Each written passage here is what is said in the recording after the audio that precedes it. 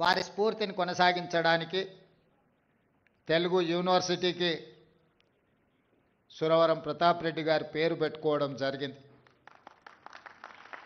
అదేవిధంగా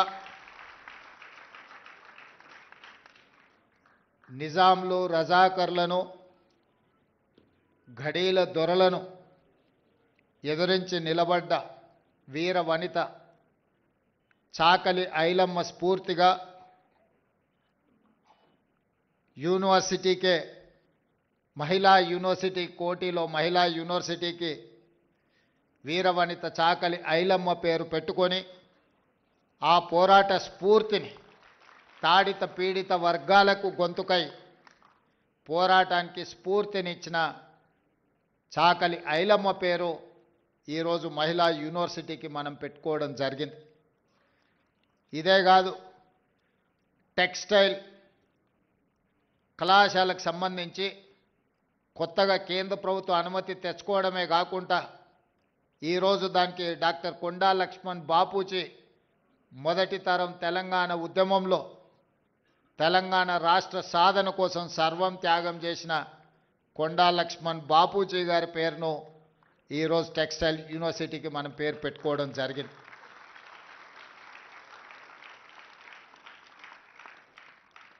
ఈరోజు ఈ అంశాలన్నింటిని కూడా మీ ముందు ప్రస్తావించడానికి ప్రధానమైన కారణం సమాజంలో రుగ్మతలను తొలగించి అసమానతలను తొలగించి సమాజాన్ని నిర్మించాలనుకుని ప్రజల కోసం పాటుపడ్డ వాళ్ళు చరిత్రలో శాశ్వతంగా నిలిచిపోతారు. వాళ్ళ స్ఫూర్తితోని ఈ ప్రభుత్వం ఇందిరమ్మ రాజ్యం ఏర్పడ్డది.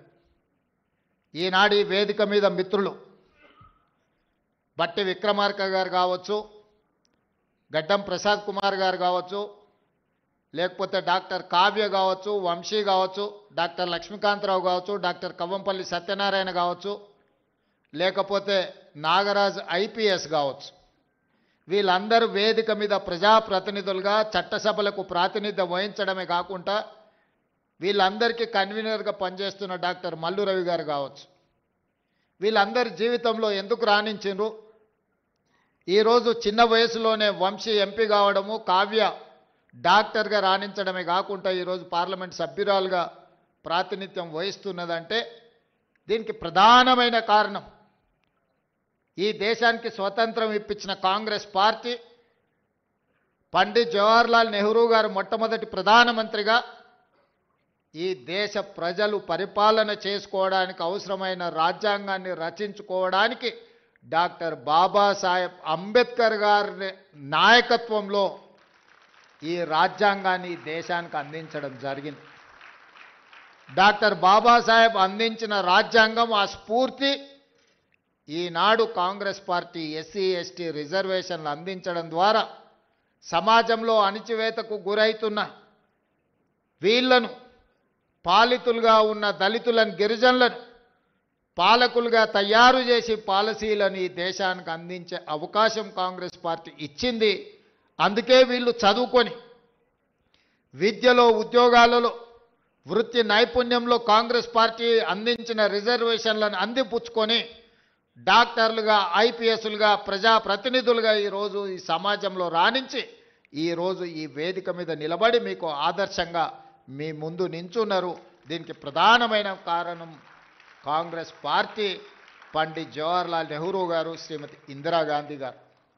మిత్రులారా, ఈరోజు ఈ గౌరవం, ఈ సమాజంలో గుర్తింపు వీళ్ళకు కులం వల్ల రాలేదు, వీళ్ళకు చదువు వల్ల గుర్తింపు వచ్చింది. చదువే ఈరోజు వాళ్ళని గౌరవం తెచ్చిపెట్టింది. ఆ చదువే ఈ వేదిక మీద ఈరోజు కూర్చోబెట్టింది.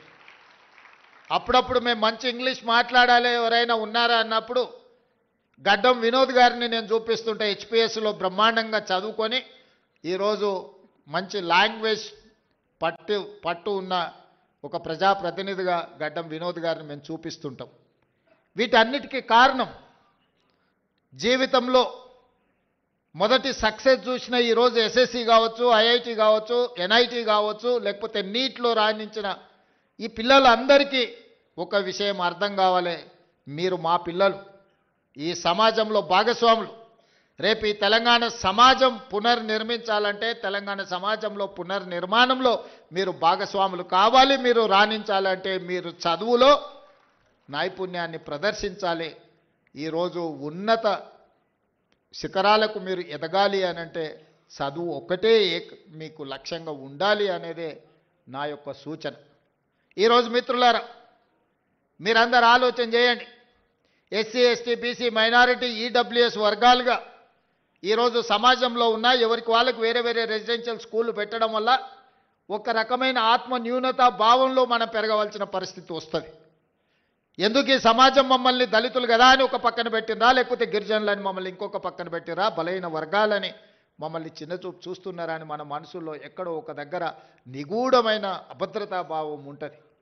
వీటిని తొలగించాలి అని అంటే మనం అందరం కలిసి చదువుకోవాలి, కలిసి పెరగాలి, కలిసి జీవితాన్ని పంచుకోవాలి. అప్పుడే ఈ ఆత్మన్యూనతా భావం పోతుంది. ఈ సమాజ నిర్మాణంలో మీరు భాగస్వాములు అవుతారు అని ఆలోచన చేసి ఈరోజు రాష్ట్ర ప్రభుత్వం young India integrated residential schools అనే ఒక విధానాన్ని తీసుకొచ్చి ఈ దేశానికి ఆదర్శంగా ఉండే విధంగా 25 ఎకరాలలో ఒక కార్పొరేట్ కాలేజీలతో పోటీ పడే విధంగా ఈచ్ స్కూల్కి 200 కోట్ల రూపాయలు కేటాయించి ఈరోజు మీకు ఒక ఇంటర్నేషనల్ స్టాండర్డ్స్ ఎడ్యుకేషన్ని not only infrastructure educational qualification కూడా అక్కడ ఉండే క్వాలిటీ కూడా పెంచాలి అని ఒక లక్ష్యంతో ఈరోజు మేము పనిచేస్తున్నాం. ఈరోజు చాలామంది విమర్శిస్తున్నారు. ఇవాళనే ఒక పత్రికలో చూసిన ఈ SC, ST, BC, minority, EWS పిల్లలకు 200 కోట్ల రూపాయలు పెట్టి 100 అంటే దాదాపుగా 25,000 కోట్ల రూపాయలు ఖర్చు పెట్టి కట్టాల్సిన అవసరం ఉందా అని ఒక పత్రిక రాసింది. ఒక రాజకీయ పార్టీకి సంబంధించిన పత్రిక. కరెక్టే మీ విధానంలో, ఎందుకంటే మీరు అధికారంలో ఉన్నప్పుడు బర్రెలు, గొర్రెలు, చేపలు, చెప్పులు కుట్టుకోండి అనే స్కీములు మీరు తీసుకొచ్చిండ్రు. ఆనాడు బడుగు బలైన దళిత గిరిజన మైనారిటీ వర్గాలు ఏం చేయాలంటే దళితులు చెప్పులు కుట్టుకోవాలి, బలహీన వర్గాలు చేపలు పట్టుకోవాలి, ట్రైబల్స్ పందులు పెంచుకోవాలని గత ప్రభుత్వంలో స్కీములు వచ్చినాయి. మీరు అందరూ చూడండి. గత 10 సంవత్సరాలలో ఏం చెప్పారు? బర్రెలు, గొర్రెలు ఇస్తాం, చేపలు ఇస్తాం, చెప్పులు కుట్టుకోండి, మీకు స్కీములు ఇస్తామని చెప్పిండ్రు తప్ప మీకు చదువు చెప్తాం, మీకు రాజ్యాధికారం ఇస్తాం, మీ రాజ్యం నిర్మాణంలో మిమ్మల్ని భాగస్వాములను చేస్తామని చెప్పలేదు. మీ చదువుకున్న నిరుద్యోగ యువకులకు పీజీలు, పిహెచ్డీలు చదివి ఇవాళ చాలామంది పేదోళ్ళు, నేను గ్రామీణ ప్రాంతం నుంచి వచ్చిన గ్రామీణ పరిస్థితులు ఎట్లుంటాయో క్షుణ్ణంగా అవగాహన ఉన్నవాడిగా చెప్తున్నా. తల్లిదండ్రులు ఉపాధి హామీ కూలికి పోయి ఇళ్లల్లో పాచి పనులు చేసి రూపాయి కూడబెట్టి వాళ్ళ పిల్లల్ని ఉస్మానియా కాకతీయ యూనివర్సిటీలకు పంపించి పీజీలు, పిహెచ్డీలు చదివిస్తే మళ్ళీ చదువుకున్న యాదోల పిల్లగాడు ఊరికెళ్ళి గొర్రెలు పెట్టుకోవాలంట, దళితుల పిల్లలు చెప్పులు కుట్టుకోవాలంటే దీనికోసం ఆ తల్లిదండ్రులు కష్టపడి పీజీ, పిహెచ్డీలు చదివించిందని నేను అడుగుతున్నా. ఎందుకు ఆ 10 సంవత్సరాలలో ఉద్యోగ నోటిఫికేషన్లు ఇవ్వలేదు? ఉద్యోగ నోటిఫికేషన్ల కోసం ఉస్మానియా కాకతీయ యూనివర్సిటీల నుంచి మొదలు పెడితే అశోక్ నగర్ చౌరాస్తా వరకు నోటిఫికేషన్ల కోసం అల్లాడిన పిల్లలు లేరా? తెలంగాణ ఉద్యమంలో ఒక్కరైనా మీ పిల్లలు చచ్చిందా? చచ్చిపోయిన పిల్లలందరూ ఈ పిల్లలే కదా. ఆ పిల్లలు ఉద్యోగాల కోసమే కదా సర్వం త్యాగం చేసింది. తెలంగాణ ఉద్యమంలో ముందు బాగానే నిలబడి పోరాటం చేసింది. వాళ్ళ తల్లిదండ్రులు మా బ్రతుకులు ఎట్లాగూ కూలి నాలి చేసుకొని పల్లెల్లో పేదరికంలో మగ్గిపోయిన మా పిల్లోడు చదువుకుంటే మా జీవితాలు బాగుపడతాయి, దాంతో మా తర్వాతి తరాలు బాగుంటాయన్న ఆలోచనతో చదివిస్తే ఉద్యోగ నోటిఫికేషన్లు ఇవ్వకుండా 10 సంవత్సరాలు వాళ్ళ జీవితాలతో చెలగాటమాడిన వాస్తవం కాదా? ఈరోజు నేను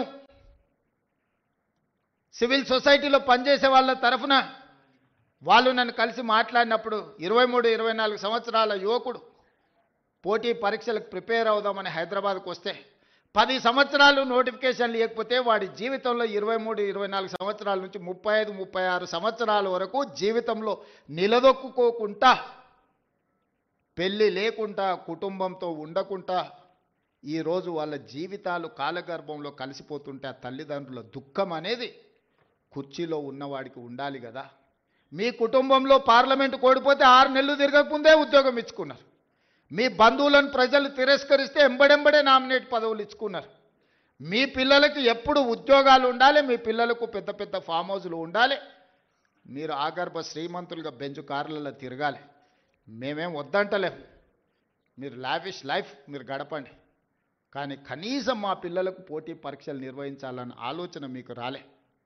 ఇవాళ మా ప్రభుత్వం వచ్చిన మొదటి సంవత్సరంలో ఆన్ రికార్డ్ నేను ఛాలెంజ్ చేస్తున్న, ఈ దేశంలో ఏ రాష్ట్ర ముఖ్యమంత్రినైనా, ఏ ప్రభుత్వమైనా, ఏ పాలకులైనా ఒక్క సంవత్సరంలో 59,000 ప్రభుత్వ ఉద్యోగాలు ఇచ్చిన ఎవరైనా ముఖ్యమంత్రి రాష్ట్ర ప్రభుత్వం ఉంటే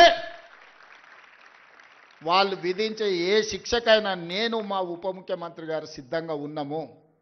మా ప్రభుత్వం, మా మంత్రివర్గం మొదటి సంవత్సరంలో 59,000 ప్రభుత్వ ఉద్యోగ నియామక పత్రాలు ఏ ఎల్బీ స్టేడియంలో మేము మంత్రులుగా ముఖ్యమంత్రిగా ప్రమాణ స్వీకారం చేసినామో అదే ఎల్బీ స్టేడియంలో వాళ్ళందరినీ పిలిపించి నియామక పత్రాలు వాళ్ళ చేతులకు అందించినప్పుడు ఆ పేదవాళ్ళ తల్లిదండ్రుల కళ్ళల్లో చూసిన ఆనందం జీవితకాలం గుర్తుంటుంది. ఎందుకంటే వాళ్ళ పిల్లలు ప్రయోజకులైనప్పుడు ఆ తల్లిదండ్రుల కళ్ళల్లో కనిపించే ఆనందం ఒక గొప్ప అనుభూతి. అది మాటలకు అందదు, మాటలు చెప్పినా సరిపోవు. అట్లా 59,000 మందికి ఎల్బీ స్టేడియంలో మొదటి సంవత్సరంలోనే ప్రభుత్వ ఉద్యోగ నియామకాలు అందించి మాకిచ్చిన అవకాశాన్ని సద్వినియోగం చేసుకునే ప్రయత్నం చేస్తున్నాం. ప్రైవేట్ కార్పొరేట్ కంపెనీల్లో కూడా దాదాపుగా ఈ సంవత్సరన్నరలో 1,00,000 ఉద్యోగాలు లెక్కగట్టి ఈరోజు పెట్టుబడులు తెచ్చి మన చదువుకున్న పిల్లలకు ఉద్యోగాలు అందించినాం. కానీ ఇవి సరిపోవు, నాకు స్పష్టంగా తెలుసు. దాదాపుగా పబ్లిక్ సర్వీస్ కమిషన్ నమోదు చేయించుకుంటే నిరుద్యోగులు పట్టభద్రుల పైన చదువుకున్న వాళ్ళు 20 లక్షల మంది దాకా ఉన్నారు. వీళ్ళందరికీ ప్రభుత్వంలో ఉద్యోగ అవకాశాలు వస్తాయంటే రావచ్చు, రాకపోవచ్చు. కానీ ప్రభుత్వం పెట్టవలసిన పోటీ పరీక్షలు పెట్టి ఫలితాలను ప్రకటిస్తే వాళ్ళు జీవితంలో ఇంకో ఓపి ప్రయాణం చేస్తారు. పరీక్షలు పెట్టకుంటుంటే ఆ పరీక్షల కోసమే 10 సంవత్సరాలు అశోక్ నగర్లను, అమీర్పేట్ చౌరస్తాలను, దిల్సుఖ్ నగర్లను కోచింగ్ సెంటర్ల చుట్టూ తిరుక్కుంటూ యుక్త వయసు మొత్తం కాలగర్భంలో కలిసిపేసిన తర్వాత వాళ్ళు ఎందుకు ఉపయోగపడతారు? అందుకే పోటీ పరీక్షలు ఎంబడెంబడే పెడితే గత 10 సంవత్సరాల పరీక్షలు పెట్టట్లేదని రోడ్ల మీద ధర్నాలు చేసిన నిరుద్యోగ యువకులు ఇంత మీద పరీక్షలు పెడితే ఎట్లా, కొంత వాయిదా వేయండి అని ధర్నాలు చేసిన చరిత్ర ఎప్పుడైనా ఉందా? మొదటిసారి మన ప్రభుత్వంలో మొదటి సంవత్సరంలోనే ఆ సిచ్యువేషన్ చూసినాం. నా బాధ, నా ఆవేదన ఒక్కటే, నా ఆలోచన ఒక్కటే, పరీక్షలు వాయిదాలు పెట్టినా కొద్దిగా ఆ పిల్లలు ఇంకో పని చేసుకోరు, ఇంకొక దానికి ప్రిపేర్ అవ్వరు. 65 రోజుల్లో 11,000 మంది టీచర్ల నియామకాలు చేపడితే 3 లక్షల మంది పరీక్షలు రాసింది, ఉద్యోగాలు ఇచ్చింది 11,000 మంది. మరి దాదాపుగా 2,89,000 మంది ప్రత్యామ్నాయం ఎత్తుకుంటారు. పరీక్ష అయిపోయి ఫలితాలు వస్తే ఇక మాకు ప్రభుత్వ టీచర్ ఉద్యోగానికి అవకాశం లేదు, మేము జీవితంలో ఇంకో ప్రయత్నం చేసుకోవాలి, ఇంకో పని చేసుకోవాలని ఆ దిశగా వాళ్ళు ఆలోచన చేసుకునే అవకాశం ఉంటుంది. ఈ రకంగా గ్రూప్ 1 పరీక్షలు 563 కంబైన్డ్ స్టేట్లో కూడా అన్ని ఉద్యోగాలు ఎప్పుడు ఇవ్వలే. ఆనాడు గ్రూప్ 1 పరీక్షలు మీకు తెలుసు, గత ప్రభుత్వం పరీక్షలు పెడతామని చెప్పి పెట్టి ప్రశ్న పత్రాలు జిరాక్స్ సెంటర్లలో పల్లి బఠానీలలాగా అమ్మి వాళ్ళకు కావాల్సిన వాళ్ళను పరీక్షలలో పాస్ చేసుకున్న పరిస్థితి వస్తే పట్టుకొచ్చి లోపలేసి రద్దు చేసి కొత్త పరీక్షలు పెట్టినాం. దాదాపు 5 లక్షల మంది ఈరోజు ఆ పరీక్షలకు ప్రిపేర్ అయినారు. నియామక పత్రాలు అందించేటప్పుడు వండుకున్న వంట నోట్లో పెట్టుకునే సందర్భంలో ఈరోజు కింద పడేసి పొలిటికల్ లిటిగేషన్స్ ఈరోజు కోర్టులు వేసి నియామక పత్రాలు అందకుండా ఆపినరు. ఇది ఒక ఆవేదన. ఎందుకంటే సమాజానికి మంచి చేద్దాం అనుకున్నప్పుడు కొంతమంది ఇట్లాంటి వాళ్ళు ఉంటారు. ఇవాళ group 1, group 2, group 3, group 4 exams పారదర్శకంగా నిర్వహించడమే కాకుండా ఫలితాలను ప్రకటించి నియామక పత్రాలు అందించి తెలంగాణ రాష్ట్ర ప్రభుత్వం తన బాధ్యతను నెరవేర్చాలనుకుంటుంటే ఈరోజు గ్రూప్ 1లో 563 మంది స్టేట్ లెవెల్ ఆఫీసర్స్ని ఈరోజు 89% ఎస్సీ ఎస్టీ బీసీ మైనారిటీలు సెలెక్ట్ అయినారు. అందులో 89% గ్రూప్ 1 పరీక్షల్లో దాదాపుగా ఎస్సీ ఎస్టీ బీసీ మైనారిటీలు ఈడబ్ల్యూఎస్ వాళ్ళు ఈరోజు సెలెక్ట్ అయినారు. ఇవాళ నోటి కాడికొచ్చిన ముద్దను ఎవడో కింద పడేసి మట్టి పాలు చేస్తే ఆ తల్లిదండ్రుల దుఃఖం ఎట్లుంటుందో ఒకసారి ఆలోచన చేయండి. ఇవాళ 563 మంది గురించి నేను మాట్లాడతలేదు. పరీక్షలు రాసిన వాళ్ళు ప్రత్యామ్నాయంగా ఏదైనా ఎత్తుకుందామనే సందర్భంలో ఈ ఉన్న పరీక్షల ఫలితాలను వాయిదా పెట్టడంతో వాళ్ళకు మళ్ళీ ఒక ఆశ, ఏమన్నా మళ్ళీ పరీక్షలు వస్తాయో ఇవి రద్దయితాయో మళ్ళీ చదవాలేం, మళ్ళీ చదవాలంటే ఇప్పుడు నేను ఎక్కడికో పోతే మళ్ళీ వెనకొచ్చి చదువుకోవాలన్నా లేదా? త్రిశంకు స్వర్గంలో ఈరోజు మళ్ళీ 5 లక్షల మంది నిరుద్యోగ యువకులను గతంలో 10 సంవత్సరాలు పరీక్ష నిర్వహించని పార్టీలు ఈరోజు ఈ కేసులు వేసి ఈ విద్యార్థులను ఇరుక్కున పెడుతున్నాయి. 2011 తర్వాత గ్రూప్ 1 పరీక్షలే నిర్వహించలేదు. 15 సంవత్సరాలైంది గ్రూప్ 1లు. ఆ ఏళ్ళ గ్రూప్ 1 రాద్దాం అనుకున్నోడు ఇవాళ 15 ఏళ్ళ వరకు పరీక్షలు పెట్టలేదంటే వాళ్ళ వయసు ఎంత ఉంటుందో మీరు ఒకసారి ఆలోచన చేయండి. ఇదొక సోషల్ ఇష్యూ కింద మారుతున్నది, సామాజిక సమస్య కింద మారుతున్నది. ఇట్లాంటి వాళ్ళను మీరు విద్యార్థులు అందరూ నిశ్చితంగా గమనించాలి. ఇలాంటి వాళ్ళను ఎక్కడైనా ఎదురుపడితే అడగాలి, ఎందుకయ్యా మా ఉద్యోగాలకు అడ్డం పడుతున్నారు? ఎవరైనా వాళ్ళ ఎన్నికలు ఒక 6 నెలలు ఆగుతారా? వాళ్ళ ఇంట్లో ఓడిపోతే 6 నెలలు కూడా ఒక్కరికి కూడా ఆపకుండా ఉద్యోగాలు ఎంబడెంబడే ఇచ్చారు. కానీ మన పిల్లల ఉద్యోగాలకు వచ్చేటప్పటికి వాళ్ళకు ప్రతిదీ రాజకీయమే. అందుకే ఈరోజు మన పిల్లల్ని ప్రోత్సహించాలి, వాళ్ళని అభినందించాలి, స్వయంగా వాళ్ళని కలవాలి. ఇక్కడున్న అందరు నేను అడుగుతున్న, తెలంగాణ వచ్చిన 10 సంవత్సరాలలో ఎప్పుడన్నా ముఖ్యమంత్రిని కలిసిరా? మీరు కలిసిరా? ఎవరైనా కలిసిన వాళ్ళు ఎవరైనా ఉంటే చేయొద్దండి. కానీ నేను మిమ్మల్ని రెగ్యులర్ కలుస్తూనే ఉన్నా కదా. ఇది తేడా. ప్రజాపాలనకు దొరల పాలనకు. ముఖ్యమంత్రి అంటే ఆకాశంలోకి వెళ్ళి ఊడిపడ్డ పదవి కాదు, అది ప్రజలు ఆశీర్వదించి, ముఖ్యంగా దళితులు, గిరిజనులు, ఆదివాసీలు ఆశీర్వదిస్తే ఈ కుర్చీ వస్తుంది. ఆ కుర్చీ వాళ్ళ కోసం కాకుండా మన కోసం వినియోగించుకోవడం కాదు. అందుకే మీ మధ్యలో ఉండాలి, మీతో ఆలోచనలు పంచుకోవాలి. ఇదే కాదు, సివిల్స్ గతంలో మన దగ్గర ఐఏఎస్లు ఐపీఎస్లు సెలెక్ట్ తక్కువ అయ్యేవాళ్ళు. ఎందుకంటే కోచింగ్కి వెళ్ళాలంటే ఢిల్లీకి వెళ్ళాలనో ఇతర ప్రాంతాలకు వెళ్ళాలన్నట్టుగా ఉండే. మన దగ్గర ఉన్న కోచింగ్ సెంటర్లు లిమిటెడ్. అందుకే బట్టి విక్రమార్క గారితో మాట్లాడి సింగరేణి సంస్థ నుంచి సివిల్స్కు ప్రిలిమ్స్ పాస్ అయినా మెయిన్స్ పాస్ అయినా వాళ్ళ ఫీజుల కోసం ప్రోత్సాహకం అందించాలని రాజీవ్ అభయ హస్తం కింద వాళ్ళకు లక్ష రూపాయలు మొదటి విడత, రెండోసారి ₹1,00,000 ఇస్తే ఈరోజు చాలామంది మన గిరిజనులు, మన బీసీల పిల్లలు ఐఏఎస్లు ఐపీఎస్లు క్లియర్ చేసింది. ఆ పిల్లలు కలవడానికి వచ్చినప్పుడు ఐ ఫెల్ట్ వెరీ హ్యాపీ. ఎందుకంటే అరే మన పిల్లలు సాధించారు. మన రాష్ట్రానికి వచ్చినా రాకపోయినా ఏ రాష్ట్రంలో అయినా ఐఏఎస్లు ఐపీఎస్లుగా వాళ్ళు ఉంటే, కేంద్ర ప్రభుత్వంలో ఉంటే మన రాష్ట్రానికి ఉపయోగం ఉంటుంది. ఇవాళ ఇక్కడికి వచ్చిన పిల్లలందరికీ నా సూచన ఒక్కటే, మీరు జీవితంలో తొలి మెట్టు ఎక్కబోతున్నారు. ఇప్పుడు ఎన్నో అట్రాక్షన్స్ ఉంటాయి, లైఫ్ అంతా కలర్ఫుల్గా కనిపిస్తుంటుంది, రకరకాల ఫ్రెండ్స్ ఉంటారు, అన్ని రకాల వాళ్ళు ఉంటారు. మనం నెక్స్ట్ లెవెల్కి వచ్చినప్పుడు ఇంటర్ నుంచి డిగ్రీయో లేకపోతే ఇంజనీరింగో లేకపోతే డాక్టర్లు పోయినప్పుడు ఇవన్నీ కూడా మనల్ని అట్రాక్ట్ చేస్తుంటాయి. కానీ జీవితంలో 25 సంవత్సరాల వయసు వచ్చే వరకు నిబద్ధతతోని కష్టపడి చదువుకొని కెరీర్లో రాణిస్తే ఆ తర్వాత 40-50 సంవత్సరాలు ఈ సమాజంలో గౌరవంతో బ్రతకొచ్చు. డాక్టర్లుగా, లాయర్లుగా, ఇంజనీర్లుగా, ఐఏఎస్లుగా, ఐపీఎస్లుగా, ఐఎఫ్ఎస్లుగా, ప్రజాప్రతినిధులుగా, ఎమ్మెల్యేలుగా, ఎమ్మెల్సీలుగా, ఎంపీలుగా, మంత్రులుగా, ముఖ్యమంత్రులుగా రాణించడానికి అవకాశం ఉంటుంది మొదటి 25 సంవత్సరాలు కష్టపడితే. ఈ మొదటి 25 సంవత్సరాలలో 15 సంవత్సరాల నుంచి 25 సంవత్సరాలు అత్యంత కీలకమైన సమయం. ఇప్పుడు మీరున్న వయసు. ఎన్నో రకాల ఊహాలోకాల్లో తిరుగుతుంటాం, ఎన్నో రకాల అట్రాక్షన్స్ మనల్ని అట్రాక్ట్ చేస్తుంటాయి. ఆ అట్రాక్షన్స్లో పడి లైఫ్లో మనము డీవియేట్ చేసి వేరే దారిలోకి పోతే ఆ తర్వాత బతికినంత కాలం దుఃఖంతోనే బతకాలి. 25 ఏళ్ళ లోపల మీరు లైఫ్లో సెటిల్ అయితే మనం 70-75 సంవత్సరాలు ఒకవేళ బతికినాం అంటే 50 సంవత్సరాల ఆత్మగౌరవంతో సమాజం మనల్ని గొప్పగా గౌరవిస్తూ ఉంటుంది. మనం జీవితంలో రాణించవచ్చు. మన తల్లిదండ్రులు మా పిల్లోడు డాక్టర్ అనో ఇంజనీర్ అనో గర్వంగా గ్రామంలో చెప్పుకుంటే అది ఒక గొప్ప అనుభూతి. కానీ మొదటి 25 సంవత్సరాలు, ముఖ్యంగా 15 ఏళ్ళ నుంచి 25 ఏళ్ళ వయసులో తప్పుదారి పడితే ఆ తర్వాత జీవితాంతం తల్లిదండ్రులు కూడా తలదించుకునే పరిస్థితి.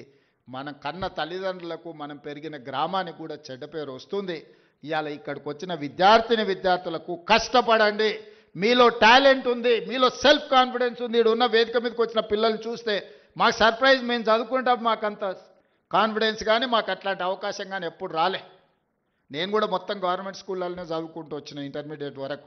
మాకెప్పుడు ఇట్లా మంత్రులను ముఖ్యమంత్రులను కలిసి లేకపోతే మేము మా లైఫ్లో మా ఎడ్యుకేషన్లో మేము సక్సెస్ చూసినాం అని మమ్మల్ని ఎవరు పిలిచిన వాళ్ళు కానీ అభినందించిన వాళ్ళు కానీ షేక్ హ్యాండ్ ఇచ్చిన వాళ్ళు కానీ లేరు. కానీ ఈరోజు మీ సెల్ఫ్ కాన్ఫిడెన్స్ పిల్లల్ని ఒకరొకరిని చూస్తుంటే నాకు నిజంగా చాలా సంతోషం అనిపించింది. మా పిల్లలు ఖచ్చితంగా రాణించగలుగుతారు. వాళ్ళ తల్లిదండ్రులకు వాళ్ళ పుట్టిన ఊరికే కాదు, ఈ రాష్ట్రానికి కూడా ఒక గొప్ప పేరు తీసుకొస్తారు. ఈ రాష్ట్ర పునర్నిర్మాణంలోనే కాదు, ఈ దేశానికే ఒక గొప్ప నాయకత్వాన్ని అందించే గొప్ప వ్యక్తులు మీరు అవుతారని నాకు సంపూర్ణమైన విశ్వాసం ఉంది. ఇవాళ ప్రభుత్వ పాఠశాలలో 29,533 ప్రభుత్వ పాఠశాలలు ఉన్నాయి. అందులో మనకు 26,41,536 మంది విద్యార్థులు చదువుకుంటారు. కానీ ప్రైవేట్లో 11,217 స్కూళ్ళు ఉంటే 36,87,752 మంది స్టూడెంట్స్ ఉన్నారు. మరి నేను ఒకటే అడుగుతున్నా ఈ వేదిక మీద నుంచి మా సిబ్బందిని కానీ ప్రజాప్రతినిధులు కానీ ఇక్కడికి వచ్చిన విద్యార్థులు, ప్రైవేట్లో 11,000 స్కూళ్ళల్లో 36 లక్షల మంది చదివితే గవర్నమెంట్లో 26,000 స్కూళ్ళల్లో 24 లక్షల మంది చదువుకుంటున్నారు. ఎక్కడో మనం ఇంకా మన విశ్వాసాన్ని పెంపొందించుకోవాల్సిన అవసరం ఉంది. నమ్మకం కలిగించాలి. ఈరోజు పేదలకు సంపూర్ణమైన విశ్వాసం ప్రభుత్వ పాఠశాలల్లో రెసిడెన్షియల్స్ కావచ్చు, కస్తూర్బా కావచ్చు, అంగన్వాడీ కావచ్చు, పునాదులు పడాలి.